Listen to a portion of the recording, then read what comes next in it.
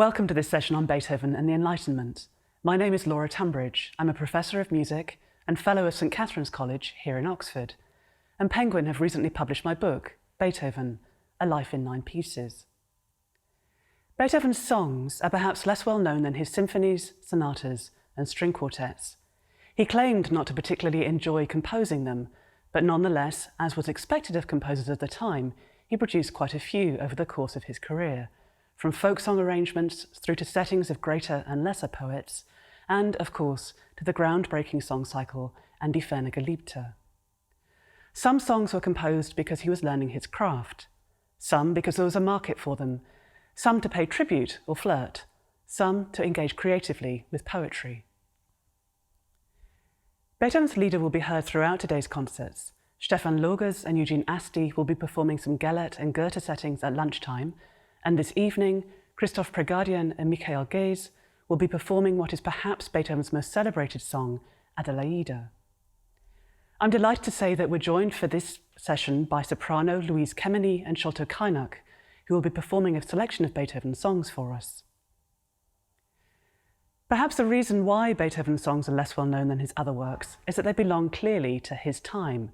Their texts reflect the interests of the late 18th century. In order to understand the backdrop against which Beethoven was working, I'm joined by two experts from the Faculty of Modern Languages, Richie Robertson, Schwartz Taylor Professor of the German Language and Literature and Fellow of the Queen's College, whose book, The Enlightenment, The Pursuit of Happiness, 1680 to 1790, will be published by Penguin on the 5th of November, and Dr. Joanna Raisbeck, lecturer in German at St Hilda's College, whose research concentrates on the literature, philosophy, and intellectual history of the 18th century. But let's start with a Beethoven song that perhaps does not sound quite as you might expect of a German Lied, Liebesklage, from the 4 Arietas and 1 Duet, Opus 82. The original text is from an opera libretto by Metastasio, and the words are provided in Italian and in German, demonstrating the musical, poetic, and emotional range of song in the Enlightenment era.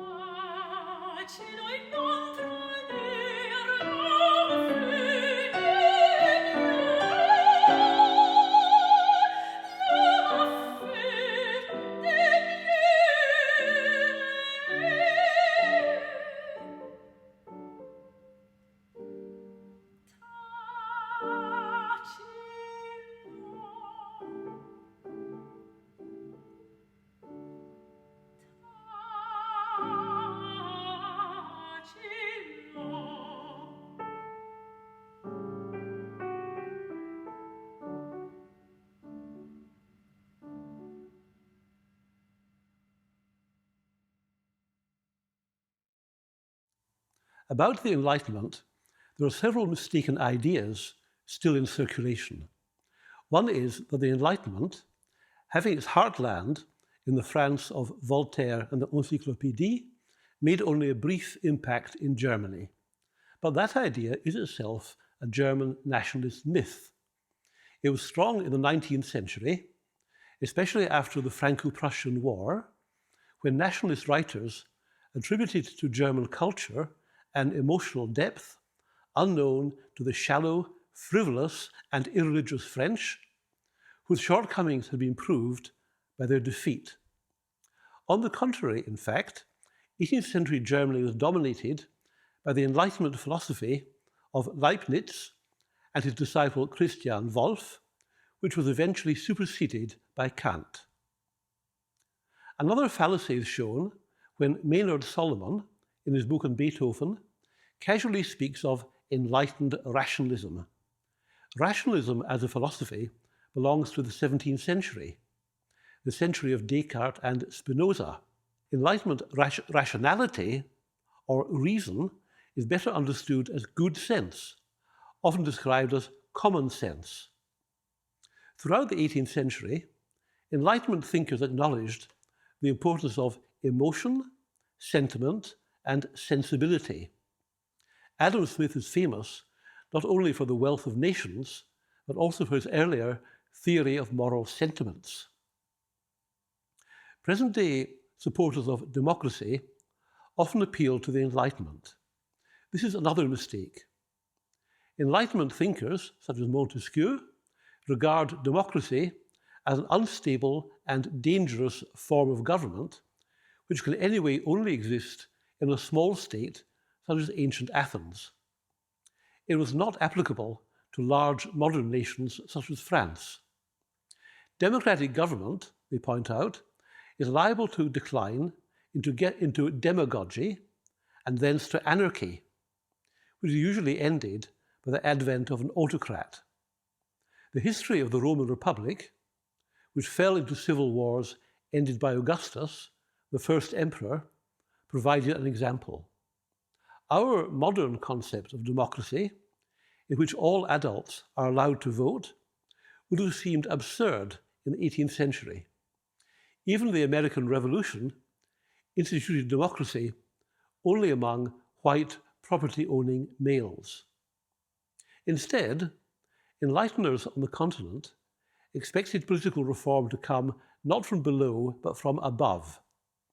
Liberty and security would be conferred by an absolute monarch, who should preferably follow the advice of enlightened philosophers. Hence, Voltaire, after a long correspondence, visited Frederick the Great in Prussia, and Diderot visited the court of Catherine the Great of Russia. Many of the absolutists took an enlightened view of their duties. They agreed with Frederick the Great that a monarch should be the first servant of his people. The three great absolutists, Frederick, Catherine, and Joseph II of Austria, wanted to use their powers for the public benefit, to encourage trade and manufactures, to reduce the powers of the churches, to encourage the toleration of different religions, to advance education, and in general to promote what was called public happiness. These aims were shared also by many of the petty princes who ruled the 300 or so small states into which Germany was still divided. Among them were the two younger brothers of Joseph II, Leopold, who was Grand Duke of Tuscany, then an Austrian possession, before succeeding his brother as Holy Roman Emperor in 1790, and Archduke Maximilian Franz, Elector of Cologne, who held his court at Bonn. It was under his rule that Beethoven spent part of his youth. What did song mean for Beethoven? He had his initial musical training in Bonn, as just mentioned, where the literary interests of his friends and patrons influenced his poetic tastes. But it was after he moved to Vienna in 1792 and took lessons with Salieri that he concentrated on text setting. It's apparent throughout Beethoven's career that while he read poetry carefully, His musical responses tended to hone in on the mood or an image within the poem, and that while certain words might be reflected in the music, he was unafraid of reading against the text. An excellent example of this comes from two more of his settings of Metastasio from his Opus 82, published in 1811. Salieri often asked his students to set Metastasio to music, and there is a sense that in turning to these texts, here Beethoven was looking back to his compositional apprenticeship while showing his mastery of the genre. It's not unusual for a composer to set the same poem several times. It is unusual for someone to do as Beethoven does here, which is to present the same text back to back in very different moods. Beethoven marks the first L'amante impaziente as arietta buffa, suggesting a comic approach, while the second version is an arietta assai seriosa, an altogether more dramatic account of the impatient lover.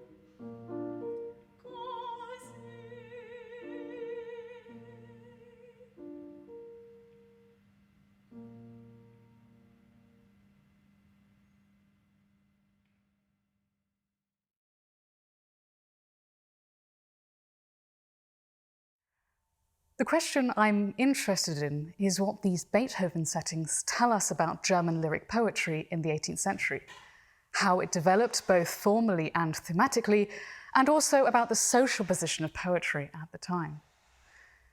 It's conventional to see German literary history of the period, and within that, the history of German poetry, as leading up to the work of Goethe, and indeed I will come on to Goethe later. The poems performed today come from the latter half of the 18th century, which falls under the banner of Enlightenment when broadly conceived. Whilst the Enlightenment was indeed concerned with the use of reason, it was also about the importance of human nature in all its dimensions. And what we find with these poems are how they are concerned with emotions and the primacy of feeling. The motifs, themes, and formal features of the poems owe much to movements from the late Enlightenment, such as the Sturm und Drang, as well as the cult of feeling and sentimentality, for which the German term is Empfindsamkeit.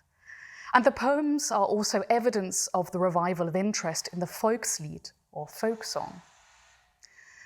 To start off, let us consider some of the lesser-known poets behind the Beethoven settings. Gerhard Anton von Halem and Carl Friedrich Wilhelm Heroszee are certainly not canonical figures, nor were they known primarily as writers. Rather, they were well-connected public officials. Halem was a court official. Heroszee, whose unusual surname points to his Huguenot ancestry, was a pastor and also wrote hymns. Halem in particular had connections to some well-known poets and writers of the day, including Gottfried August Bürger, known for his ballads, Christoph Martin Wieland, and Friedrich Leopold zu Stolberg. But in the view of one 19th century commentator, Halem's literary works lack the sufficient natural or original quality to be worthy of remembrance. So even in the 19th century, his literary works were on their way to being forgotten. With this in mind, what can we glean from Heroszee and Halem's poems? On one level, they tell us something about poetry as a practice in this period among the middle and educated classes. The 18th century saw a real boom in literary production, and reading, writing, and performing poetry was a common social practice among families and circles of friends and acquaintances. Some observers were moved to decry what they saw as the seemingly endless proliferation of Versamacher or versifiers on the literary market. To turn to the poems themselves, there are also fruitful points of comparison between Heroszee's Zärtlicher Liebe, Tender Love, and Halem's Gretel's Warnung, Gretel's Warning. Firstly, they are formally similar.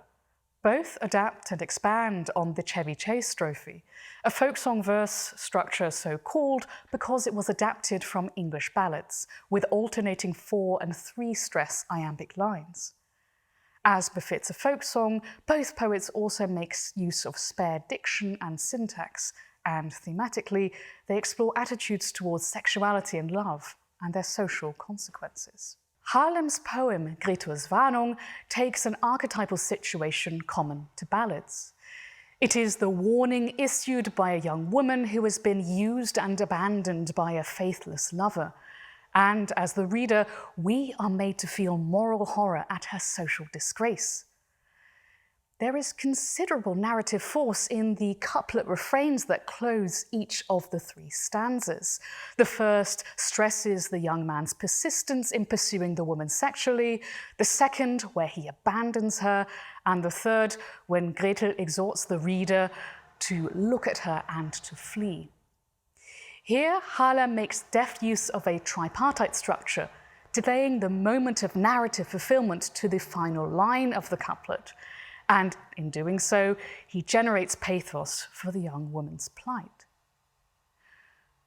What's interesting about Heroszee's poem is how Beethoven's setting cuts down a longer poem to just 3 stanzas, whereas Halem's poem is used in full.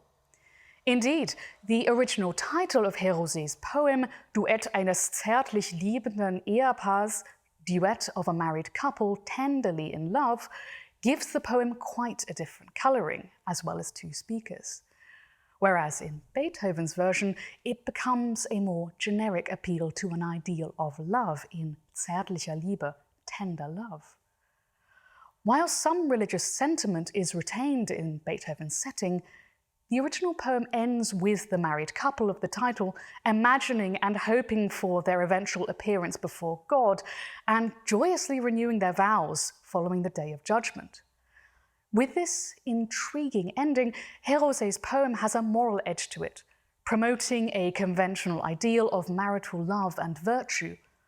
And the giveaway term here is zärtlich, or tender, which is important in the vocabulary of sentimentality.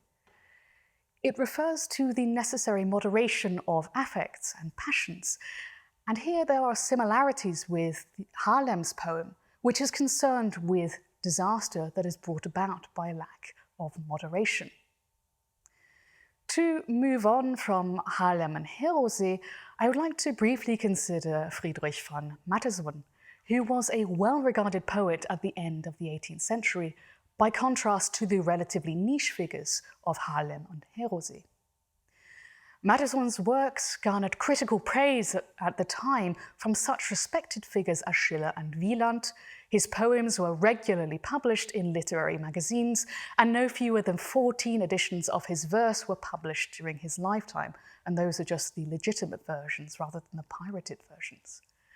Mattheson is known for his sentimental lyric poetry, and his critical and popular success is partly to do with how he produced poems that aligned with contemporary tastes. Whilst Mattheson's name is still familiar to scholars, he is perhaps now best known for Beethoven's settings of his poems, particularly the poem Adelaide. But I would not like to dwell on Adelaide specifically, but on another Mattheson poem that you will hear, Andenken, Remembrance, which shares the same simplicity of syntax and lexis with the examples we've already seen from Haarlem and Herose. Andenken itself inspired other poets to produce verse on the same theme, the most famous of which is Goethe's Nähe des Geliebten, the nearness of the beloved, from 1795. The theme of Mattheson's poem is straightforward. The speaker enumerates the various ways of remembering their beloved, which occur in a sensory sequence from stanza to stanza. First through the nightingale's song, then in the light of dusk, and finally in the tears shed in longing. This central thought is then inverted in the final stanza, with the speaker appealing to their beloved to think instead of them, but perhaps only hoping for a union in the afterlife. The primacy of feeling that we find in Andenken could easily be read as mawkish, but it is also a carefully constructed poem with a certain rhythmic intensity supported by its short iambic lines. It is also precisely its accessibility, alongside the sonorous quality of the language, that allows for this sentiment to be easily generalized and universalized. Beethoven's setting of Mattheson's Andenken will be sung by Stefan Logers at today's lunchtime recital. Now we'll hear Louise Kemeny and Sholto Kynoch perform Gretel's Warnung, followed by Zärtliche Liebe.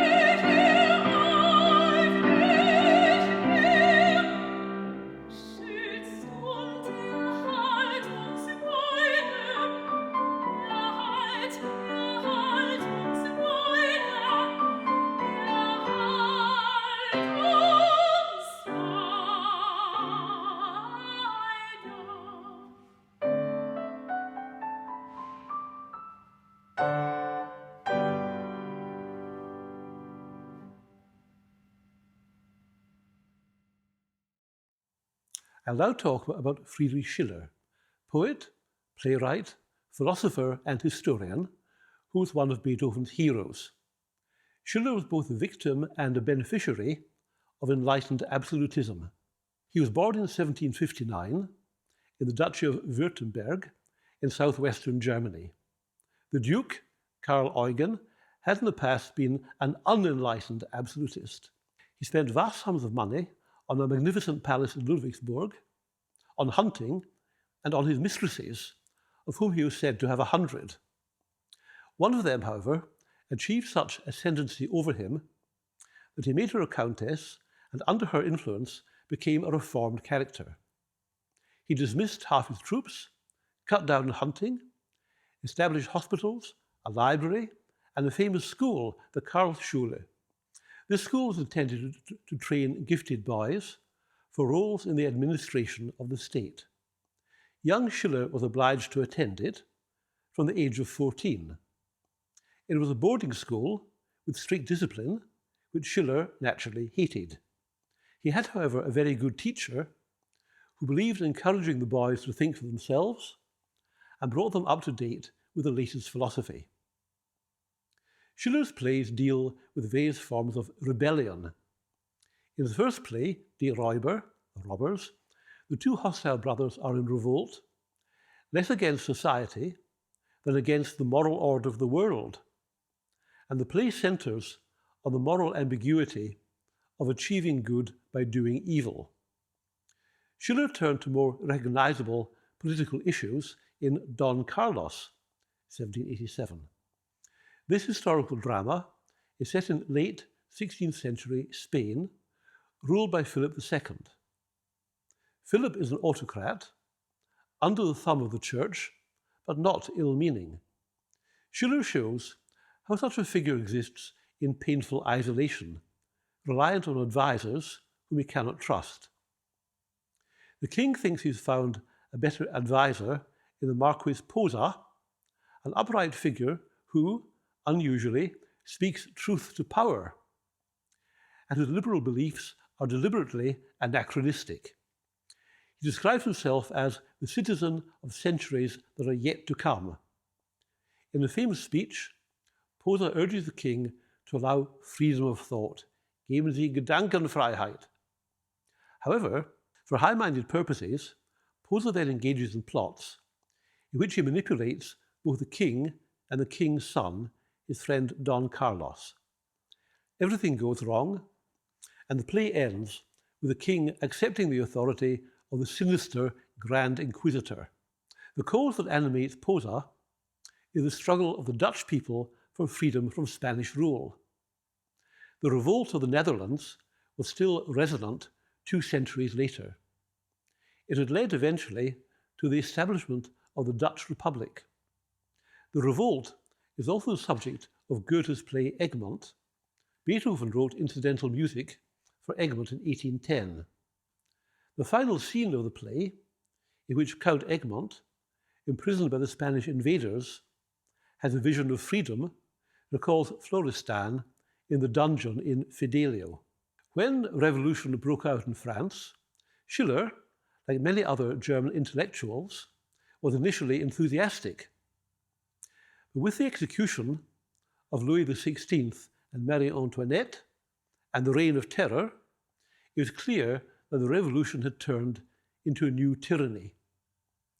Schiller tried to account for its failure in a philosophical work, the Letters on the Aesthetic Education of Mankind, 1795. He argued that the revolution had gone horribly wrong because the people were not ready for it. A revolution could only work if the people who conducted it were politically mature. To be politically mature, they must first be harmonious personalities, and this would concern the psychological balance necessary for harmony. Earlier, Schiller had followed with interest the American Revolution. It did work because Americans were used to self-government. In 1783, Schiller wrote that if the revolution succeeded, he would emigrate to America. He didn't, but he returned to the theme of revolution in his last completed play, Wilhelm Tell, 1804. This shows how to conduct a revolution successfully, in this case against Austrian rule over Switzerland in the 13th century. The leaders of the three forest cantons assemble at night for a democratic discussion in which they plan their revolt. The revolt succeeds, partly for extraneous reasons. The emperor is conveniently assassinated, but the play shows that democracy, in the restricted Enlightenment sense, is, if not a sufficient condition, at least a necessary condition for successful political change from below. Some of Schubert's Schiller songs will be heard in this evening's concert by Christoph Pregadio. To give a taste of Beethoven's opera Fidelio, we'll hear Marcellina's aria, sung by Louise Kemeny with Sholto Kynoch on the piano.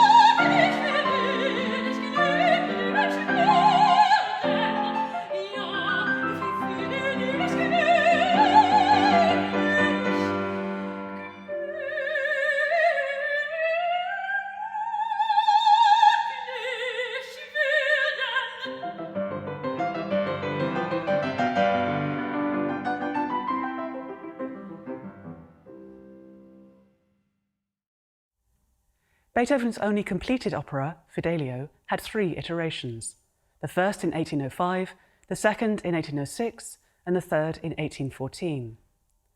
Among the many projects he completed in between, as Professor Robertson mentioned, was incidental music to Goethe's play Egmont. Composition began in 1809, the year in which Vienna was occupied by Napoleon's troops for the second time that decade. And the song we're about to hear shares with Fidelio a desire for freedom from oppression. In Freudvoll und Leidvoll, Clairchen despairs at her beloved Egmont being sentenced to death for his rebellion. Her love is both heavenly joy and deathly sorrow. Again, what is clear here is that the directness of expression in Beethoven's vocal writing owes more to the theatrical stage than to the domestic realm of Lieder.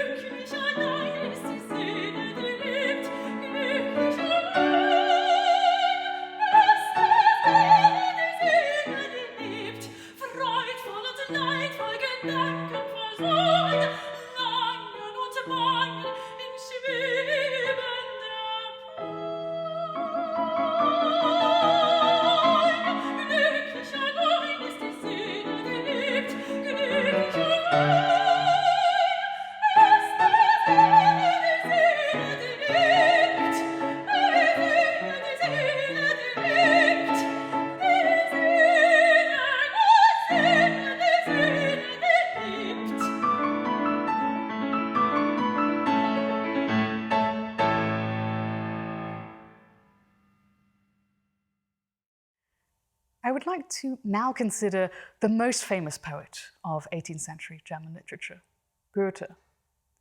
The poems we have already examined focus on emotional states brought about by heightened passions and how they are or are not effectively controlled. Emotional states such as longing and melancholy are very much part and parcel of the Goethe poems that you will hear today. As a lyric poet, Goethe displays considerable thematic range and formal variety, and his supple use of form, meter, alongside the intensity and concision of lyrical expression can be found in particular in the poem Wonne der Wehmut. It was written in the mid-1770s, and there's a certain punchiness to its irregular, trochaic and dactylic meter. So in the poem, which translates as delight in melancholy, Goethe takes an idea that's familiar from Empfindsamkeit, the idea of vermischte Empfindungen, the intermixing of pleasant and unpleasant feelings or sensations. But what Goethe does is to give it a distinctly Sturm und Drang twist. What makes this poem part of the Sturm und Drang is the full-blooded expression of all-consuming emotion. For the speaker, the intensity of sorrow from unrequited love is intimately connected to the fullness of experience, hence the wonderfully paradoxical title of the poem. This sense of intensity would distinguish Wehmut, sorrow or melancholy, from melancholia as a condition in the medical psychology of the period. What the speaker fears in the poem is the possibility of this sorrowful love coming to an end, which is hinted at by how the world appears barren and lifeless to half-dry eyes. The forceful repeated couplets that open and close this short poem hold on to the ceaseless weeping, whilst at the same time they also point to its ephemeral character. And who the beloved may be is irrelevant. All focus lies on the strength of feeling in the speaker, so the focus is on the experience of love for the individual to the point of solipsism. The focus on the speaker's experience of love is picked up on in Beethoven's musical response to Goethe's Wonne der Wehmut. There is a dainty falling tear motif in the piano part.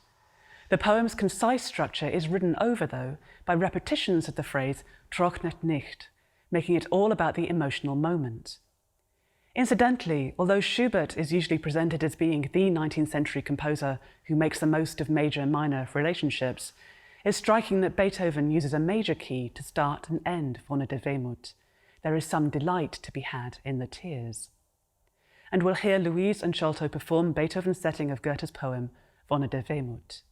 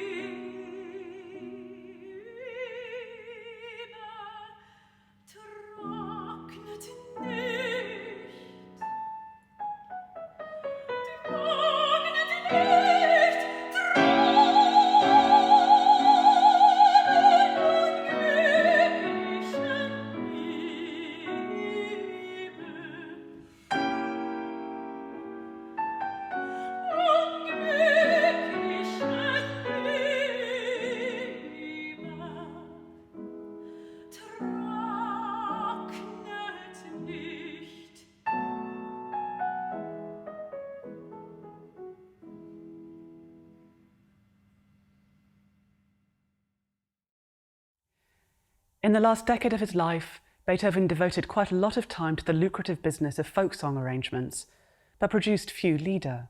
Yet it has to be said that song is fundamental to what is doubtless his most famous work, the Ninth Symphony. Beethoven's inclusion of Schiller's Ode to Joy may have been claimed by subsequent generations as their own, but its message is rooted in Enlightenment values, as Professor Robertson explains. Schiller appears in Beethoven's work, as everyone knows, as author of the Ode to Joy, an abridged version of which occurs in the Ninth Symphony. This is in important ways a key Enlightenment text. First, in its poetic genre. Although it's called in English the Ode to Joy, it isn't an ode. The German title is simply An die Freude. Similarly, the early film by Ingmar Bergman, in which this part of the Ninth Symphony is performed, is just called To Joy.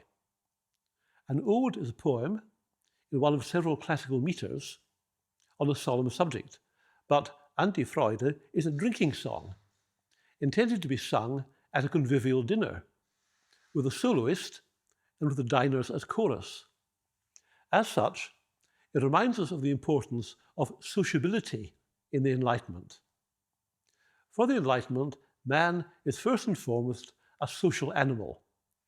Samuel Johnson said, "The solitary mortal is certainly luxurious, probably superstitious, and possibly mad." Enlighteners spent a great deal of time at clubs, societies, and salons. Freemasonry flourished at this time, but despite the claims made by some historians, it seems that Masonic lodges served conviviality, networking, and sometimes good works, rather than enlightened discussion. Goethe and Lessing were disappointed by their experience of Freemasonry. Schiller was approached, but refused to join. Mozart was a Freemason, but the Masonic lodges in Vienna were sometimes more intellectual and more liberal than elsewhere. Women were admitted as sisters, and we know of at least one African member. So An die Freude is a drinking song, but with enlightened content. It affirms a world order intended to produce happiness and presided over by a loving Father. It is not Christian, however, but deist. Deism, popular among educated enlighteners who couldn't sign up to conventional theology, such as Voltaire, asserted that God existed and was the source of morality, but, having created the world, didn't intervene in it. In the poem, the loving Father remains above the starry canopy. He will reward virtue only there, after death. The world he has created is the Weltenuhr, the world clock. That is, the predictable universe whose dimensions have been calculated by Isaac Newton on the analogy of a machine. This universe is not a dead machine, however, but animated by a spirit of joy. All beings drink joy from the breasts of nature. Joy promotes truth, virtue, and faith. It finds expression in friendship and conjugal love. It should lead also to an affirmation of universal humanity and make beggars the brothers of princes. And the poem becomes even more political when it says that someone with these virtues will show Männerstolz vor Königsthronen, manly pride before royal thrones. The image of confronting an autocrat recalls the scene in Don Carlos where Posa, whatever his subsequent mistakes, stands up with dignity to King Philip II and thus wins the monarch's respect. The poem is very close in spirit to that other Enlightenment affirmation of universal brotherhood, Robert Burns's "A man's a man for all that," which the rank is but the guinea stamp.